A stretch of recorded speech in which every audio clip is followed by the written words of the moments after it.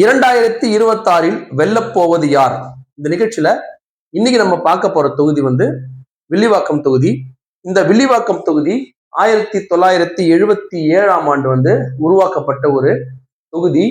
இதுல 1977 பாத்தீங்கன்னு சொன்னா கிட்டத்தட்ட இது வரைக்கும் ஒரு 10 தடவை எலெக்ஷன் நடந்திருக்கு. இதுல அதிக முறை திமுக சம்பந்தப்பட்ட கட்சியில் வெற்றி பெற்றிருந்தாலும் இப்பொழுது தாவேக்காவில் இணைந்திருக்கும் திரு ஜேசிடி பிரபாகர் இந்த தொகுதியில ரொம்ப பரிச்சயமானவர். அவர் கிட்டத்தட்ட 1980 எம்ஜிஆர் காலத்துல இருந்தே அங்கிருந்த ஒரு எம்எல்ஏவா இருந்தாரு. 1980 அப்புறம் 2011 அம்மாவோட ஆட்சியின் கீழ் 2 தடவை அங்க முதலமைச்சராக இருந்தது ஜேசிடி பிரபாகர். என்னை பொறுத்த வரைக்கும் இந்த தொகுதி தாவேக்கா இந்த தொகுதியை ஜேசிடி பிரபாகர் தான் கொடுக்கணும்னு நினைச்சேன். சென்ற முறையே போட்டிட்டு தோத்துட்டாரு. இந்த வாட்டி அவர் கொடுப்பாங்க, பட் அவர் வேற தொகுதி மாத்தி கொடுத்துட்டாங்க.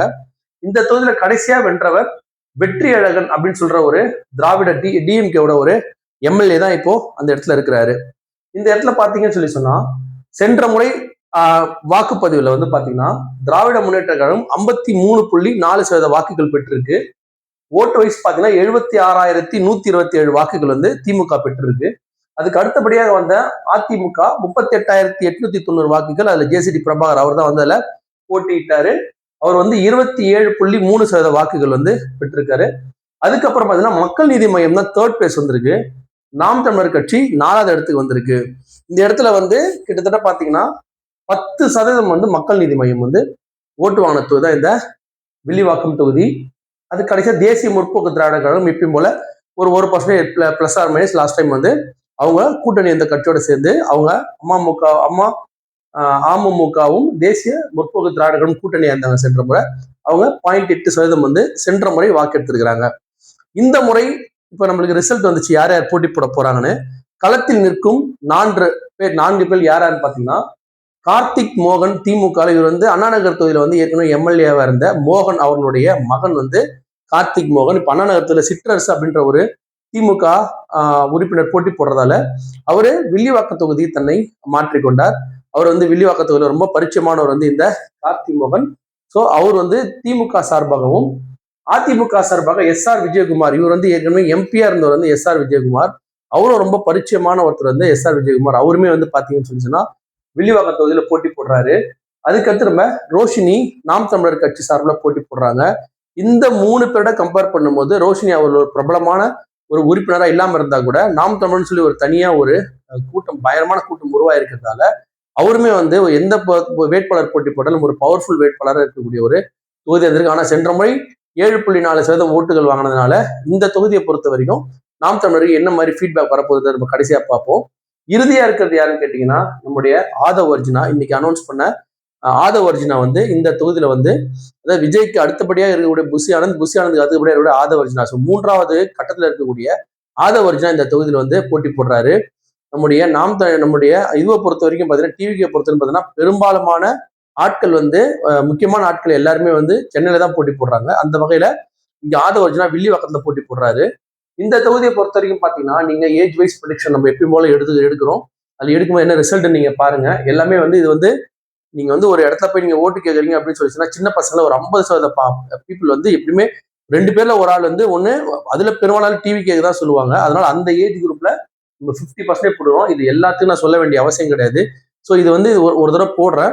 நம்ம அடுத்து போடக்கூடிய வீடியோ பாத்தீங்கன்னா ஒரு 10-14 இது மொத்தமா பார்க்க போறதுல நம்ம எக்ஸ்பிளைன் பண்ண வேண்டிய அவசியம் இருக்காது. இந்த வீடியோ நம்மளோட எக்ஸ்பிளைன் பண்றதுக்கு காரணம் நீங்க பார்த்து உங்களுக்கே அதை நீங்க ஈஸியா அதை ஐடென்டிஃபை பண்றதுக்காக தான் எப்படி இந்த கால்குலேஷன் எடுக்கப்பட்டு நீங்க தெரிஞ்சுப்பீங்கன்றதுனால தான் போட்டு காட்டுறேன்.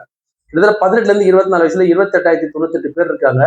அதுல 50% ஆஃப் பீப்புள் டிவிக்கே என்டிகே போட்டாங்கன்னா 14,049 ஓட்டு. இது பேலன்ஸ் டிஎம்கே ஏடிஎம்கேக்கு அந்த மாதிரி பிரிச்சிருக்கிறோம். ஏஜ் வைஸ் பாத்தீங்கன்னா 25-34 25%. இது இப்ப இருக்கிற ஓட் லிஸ்ட்னு சொல்லி நம்ம வெப்சைட்ல எடுத்தது. இதுல 25-34 வயசுக்குள்ள இருக்கிற ஏஜ் குரூப்ல 25% டிவிக்கு என்டிகே போடுவாங்கன்னு வச்சுங்க. 35-44 இருக்கிறவங்க 15%, 55-64 5%, 64 அப்போ 2% இந்த கட்சிக்கு போடுவாங்க. இது ஒரு கால்குலேஷன் தான். இது மோரார்லெஸ் கொஞ்சம் முன்ன பின்ன இருக்கலாம். அது நம்ம எண்ட்ல பார்க்கும்போது பர்சன்டேஜ் அதிகமா இருக்கும்போது நம்மளுக்கு பெரிய போட்டியா இருக்காது. பர்சன்டேஜ் ரொம்ப கம்மியாச்சு அப்படின்னு சொல்லி சொன்னா நம்ம இது ஒரு முக்கியமான ஒரு ப்ரெடிக்ஷனா இருக்கும். பர்சன்டேஜ் அதிகமா இருக்கு. கிட்டத்தட்ட பாத்தீங்கன்னா நீங்க சென்ற கார்ட்லயே பார்த்திருப்பீங்க. சென்ற முறை பாத்தீங்கன்னா திமுகக்கும் அதிமுகக்கும் கிட்டத்தட்ட எத்தனை சதவீத வாக்கு வித்தியாசம்னா 20, 37, 47 கிட்டத்தட்ட 26% வாக்கு வித்தியாசம் இருக்கிறதுனால அது எண்ட்ல வந்து ரொம்ப கிரிட்டிக்கலா இருக்கும்போது இன்னும் டீப்பா போயிட்டு நம்ம அதை இன்னும் கூட உள்ள போய் ஃபாலோ பண்ணலாம். இப்ப நீங்க இதை பாத்தீங்கன்னா அந்த வகையில பார்க்கும்போது பாத்தீங்கன்னா 42,391 வாக்குகள் வந்து மொத்தம் 2,29,750 வாக்குகள் இந்த முறை. அதுல 42,391 வாக்குல இருந்து கண்டிப்பா நம்ம டிஎம்கேக்கு போவாது அப்படின்ற ஒரு அசம்ஷன் நம்ம எடுத்து வந்துடலாம் முதல்ல எடுத்த உடனே. இந்த 42,391 வாக்குகள்ல 75% டிவிகே எடுத்துன்னு வச்சுங்க. அதாவது அந்த ஏஜ் குரூப்ல இருந்து நம்ம டிஎம்கே கண்டிப்பா அவங்க போட மாட்டாங்க முதல்ல ப்ரிடிக்ட் பண்றோம் இல்லையா, அதுல 75% வந்து டிவிகே போடாம 31,793 வாக்குகள் வருது. அதுல ஒரு 25% அந்த ஏஜ் குரூப்ல இருக்கிற மக்கள் வந்து ஒரு 25%, அதாவது அந்த 50% 25% அது வந்து பாத்தீங்கன்னா ஒரு 10,598 வாக்குகள் வந்து என்டிகே போறதா நம்ம அசீவ் பண்றோம் அப்படின்னு சொன்னா. அடுத்தது வந்து மிச்சம் இருக்கிற வாக்குகள் 1,87,389 வாக்குகள் தான் பேலன்ஸ் இருக்குது. அது ஏற்கனவே வாக்களித்தவர்கள் இருப்பாங்க. அவங்க சென்ற முறை என்ன பர்சன்டேஜ்ல ஓட் பண்ணாங்களோ அதே மாதிரி ஓட் பண்ணாங்கன்னா 53% டிஎம்கேக்கும், 27% ஏடிஎம்கேக்கும், 8% நாம் தமிழர் கட்சிக்கும், 12% மற்ற கட்சிகளுக்கு வந்து போன முறை வந்து ஓட்டு போட்டுக்கிறாங்க. அதுல 10% வந்து மக்கள் நீதி மையமே இதை எடுத்ததால இது ஒரு முக்கியமான பிளே பண்ண போகுது. அதர்ஸனுடைய அந்த 12% ஓட்டு வந்து ஒரு முக்கியமான ஒரு பிளே பண்ணும். நான் லாஸ்டா சொல்றேன். சோ இதுல வந்து பாத்தீங்கன்னா இந்த கணக்கு பிரகாரம் 99,000 வாக்குகள் திமுகவும், 50,000 வாக்குகள் அதிமுகவும், நாம் தமிழருக்கு 14,091 வாக்குகளும், 12% 22,487 வாக்குகள் பொதுவான வாக்குகளா இருக்கு. இப்போ அதுல திமுகவுக்கு வந்து ஆன்டி இன்கம்பன்ஸ் இருக்கு. அது அதிகமான இது வரைக்கும் இருந்த ஆட்சி முறைகளே வந்து அதிகமான ஆன்டி இன்கம்பன்ஸ் வந்து 7% தான், 6% தான். நம்ம அதுலயும் 1% மேல போட்டு 7% மாத்தி இருக்கிறோம். இதுல பிளஸ் ரெண்டு பார்ட்டி உள்ள ஆட் ஆகுறதுனால பாத்தீங்கன்னா 2% அவங்க வந்து போன தடவை வந்து மக்கள் இதுமே 10% வாங்கியிருந்தாங்க. நம்ம அப்போ அவ்வளவு எடுக்கல. அதுல அவர்கிட்ட 1%, தேமுதிக கடந்து 1%, மொத்தம் 2% புதுசா நம்ம அதுல ஆட் பண்ணிருக்கிறோம். லாஸ் வந்து பாத்தீங்க அப்படின்னு சொல்லி சொன்னா அப்ப 7+2 5 தான் வந்து அவங்க வந்து லாஸ் ஆகுது. மொத்த வாக்குல 5% லாஸ் ஆகுது. அந்த வகையில பார்த்தா 4,965 வாக்குகள் வந்து அலையன்ஸ் பார்ட்டி வரதால நம்முடைய திமுகவுக்கு வந்து லாஸ் ஆகுது. ஏடிஎம்கேக்கு வந்து பாத்தீங்கன்னா 1% வந்து ஆட் ஆகுது. அமமுக வந்தோன்னா 1% வாக்குகள் வந்து ஆட் ஆகுது. ஸோ அந்த வகையில வந்து 505 வாக்குகள் வந்து இந்த தொகுதியை பொறுத்த வரைக்கும் நம்முடைய அதிமுகவுக்கு வந்து மேலும் வந்து வலு சேர்க்குது. இப்ப எண்ட் ஆஃப் எல்லாம் முடிஞ்சது, கேல்குலேஷன் முடிஞ்சு கடைசியா பாத்தீங்கன்னு சொல்லி சொன்னா நம்முடைய திமுகவை பொறுத்த வரைக்கும் அவங்களுடைய ஓல்டு ஓட் ஷேர் பிரகாரம் 99,316, அவங்க 4,965 வாக்குகள் இழக்கிறாங்க, ஆன்டி இன்கம்பன்ஸ்ல இழக்கிறாங்க. ஆனா அதுல புது பார்ட்டி வந்து கொஞ்சம் கெயின் பண்றதால அவங்க 4,965 வாக்குகள் வந்து இழக்கிறாங்க. மேலும் வந்து இந்த 21,982 வாக்குகள் தான் சென்ற முறை மக்கள் நீதி மையமும் அமமுகவும் வாங்கிய பொதுவான அந்த ஓட்டு. ஏன் அவங்களுக்கு பெரும்பாலும் இந்த ரெண்டு கட்சி இல்லாம வேற என்ன கட்சி வரணும் அப்படின்றதுக்காக தான் அந்த வாக்குகள் வந்து பெரும்பாலும் பதிவானவ. அதுல வந்து ஒரு 21,982 வாக்குகள்ல மக்கள் நீதி மையமும் இன்னொரு கட்சி இங்க இருக்கிறதுனால 35% திமுகவும், 35% அதிமுகவும், நம்ம ஏற்கனவே என்டிகேக்கும் டிவிகேக்கும் அதிகமான வாக்குகள் எடுத்துட்டோம். ஸோ 15-15 போட்டா கூட இந்த ரேஷியோல வந்து இந்த 21,982 வாக்குகள் வந்து பிரியுது. அப்ப இறுதியா பாத்தீங்கன்னா திமுகவுக்கு 1,02,045 வாக்குகள் மொத்த வாக்குகள்ல, பதிவான வாக்குகள் சொல்ல இருக்கிற மொத்த வாக்குகள், அது வந்து எந்த வகையில பர்சன்டேஜ்ல வருதோ அதான் மொத்த பதிவான வாக்குகள் மாறும். இது மொத்த வாக்குகள்ல 1,02,045, அதிமுகவுக்கு 60,780 வாக்குகளும், நாம் தமிழருக்கு 29,879 வாக்குகளும், டிவிகேக்கு 37,076 வாக்குகளா மாறும். இதுல பாத்தீங்கன்னா பர்சன்டேஜ் வைஸ் பார்த்த அப்படின்னு சொல்லலாம் கிட்டத்தட்ட திமுக பதிவான வாக்குகள்ல 44% வாக்குகள் கண்டிப்பா பெறும் அப்படின்ற மாற்று கருத்து கிடையாது. அதிமுக 27% வாக்குகள் பெறும், நாம் தமிழர் கட்சி 13% வாக்குகள் பெறும், நம்முடைய டிவிக்கு வந்து 16% வாக்குகள் பெறும்.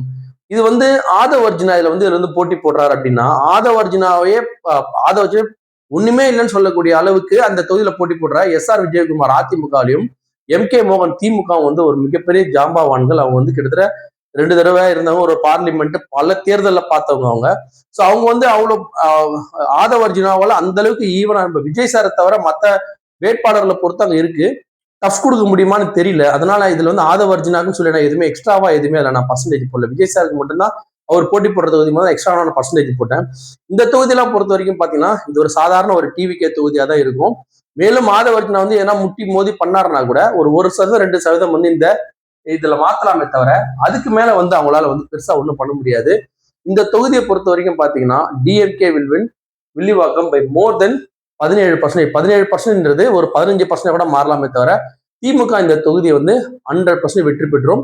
நான் இந்த கருத்து கணிப்பில் வந்து நான் பெரும்பாலும் நாம் தமிழர் கட்சியும் நம்முடைய டிவிகே தான் பிரதானமா பண்றேன். அதுலயும் டிவிகேக்கு வந்து ரொம்ப அதிகமான இடங்கள் கொடுக்குறேன் நாம் தமிழரோட. அது காரணம் நாம் தமிழர் சென்ற வாடி செஞ்ச இந்த பர்ஃபார்மன்ஸை பேஸ் பண்ணி தான் சில தொகுதிகளில் வந்து டிவிகே விட கம்மியாகுது. சென்ற முறை வந்து அவங்க அதிகமா வாக்குகள் வாங்கியிருக்கிற பல தொகுதிகள் இருக்கு. அப்போ அவங்க வந்து டிவிகே விட கண்டிப்பா அதிகமா எடுக்கிறதுக்கு வாய்ப்புகள் இருக்கு.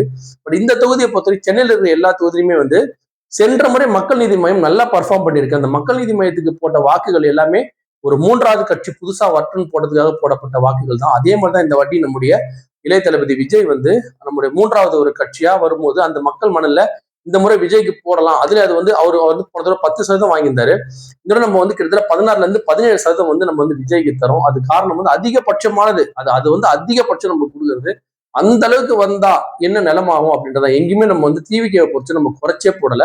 எவ்வளவு முடியுமோ அவ்வளவு அதிகமா நம்ம போடுறோம். நம்ம அசம்ஷன் மக்கள் நீதி மையம் வாங்குறது 10னா இது 17%. அதுவுமே நான் வந்து சும்மா வாயில சொல்ல என்ன கால்குலேஷன் அது போட்டுதான் சொல்றோம். அதுலயும் அதிகபட்சம் நம்ம டிவிகேக்கு தான் கொடுக்குறோம். அதுதான் புது பிளேயர், புது கட்சி. அதனால என்ன மாற்றம் ஏற்பட போறதுதான் ரொம்ப முக்கியம். நாம் தமிழர் கட்சியை பொறுத்த வரைக்கும் இது திமுக அதிமுக போட்டின்றதுல எந்த மாற்று கருத்தும் கிடையாது. இது அதிமுகவோ இல்ல திமுகவோ வெல்றதுக்கு நாம் தமிழரும் டிவிகோ எப்படி வருதுன்னா பாக்குறோம். ஆனா நம்ம நாம் தமிழர் கட்சியை பொறுத்த வரைக்கும் பாத்தீங்கன்னா ஒரு முறையும் வந்து அது முன்னேறி கண்டிப்பா 2031 வந்து நான் ஏற்கனவே பல வீடியோல சொல்லிடுறேன். 2026 2031 தான் இந்த புதிய கட்சிகளுக்கான இந்த வாட்டி எவ்வளவு ஓட்டு வாங்கலாம் அதை பொறுத்து ஒரு புதிய கட்சிக்கான ஒரு இடமா இருக்கும். அதனால திமுக தொடர்ந்து வெல்லுதுன்னு பார்க்காதீங்களா. போன தடவை வந்து 25-30% மேல திமுக வென்றதுனால அதோட சதவீதம் குறைஞ்சிருக்க தவிர கண்டிப்பா இந்த தொகுதியும் திமுகவை தான் சென்றடையும்.